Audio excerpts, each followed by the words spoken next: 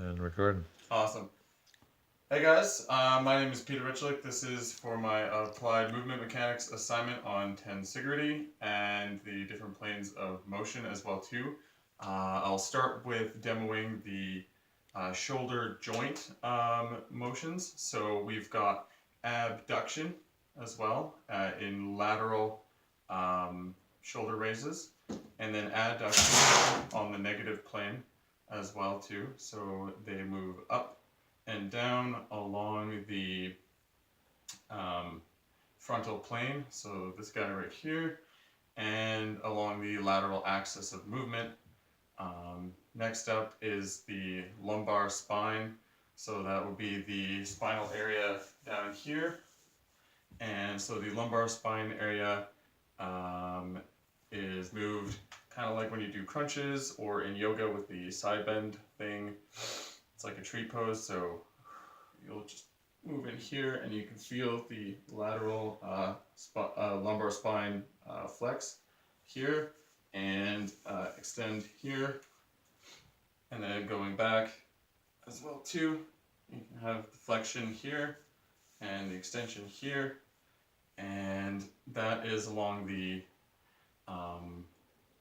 frontal plane along the lateral axis as well.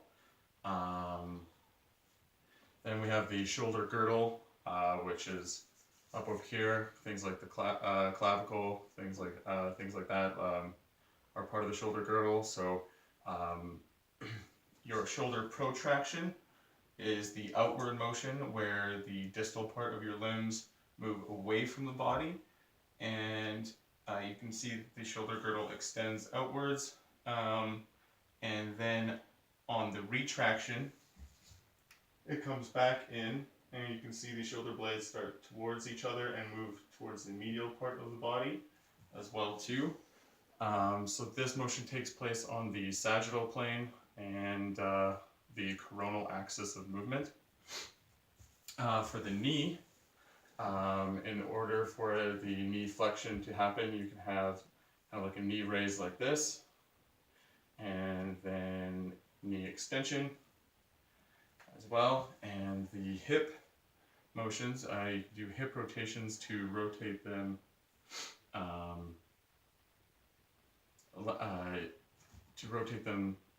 laterally, so outwards from the body, and then medially, so inwards towards the body. This rotation happens on the transverse plane and is moving along the vertical axis as well. Also for the knee extensions, that happens on the sagittal plane and the vertical axis of motion as well.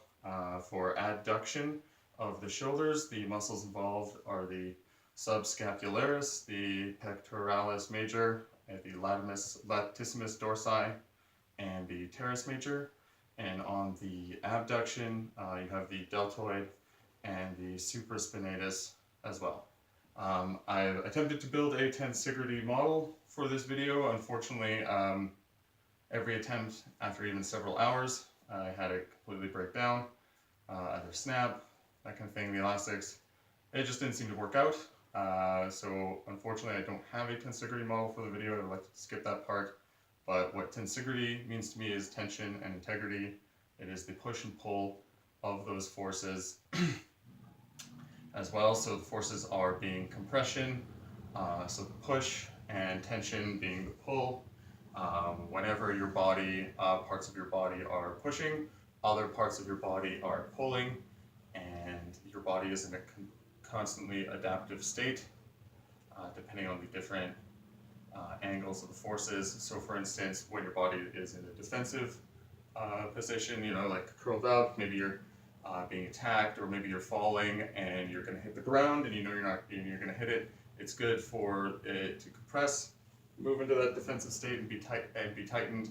But then other times it's good for it to extend out. So for instance, like climbing on monkey bars, that kind of stuff, you're going to want to have good proper extension for reach as well too, so you can pronate your limbs and then retract them fully as well without them being limited. Tensigrity kind of is a concept that shows that the body is a team. It moves together. No part of it is isolated from another. So For instance, many people may have problems with their back or their hips or their calves, and they often feel it maybe in the bottom of their feet. That's where a lot of the tension is resting, but that's because they have a lot of compression or knots in other parts of their body, causing the tension to be reflected elsewhere. Thank you very much for watching the video, and my name is Peter Richlick. See you later.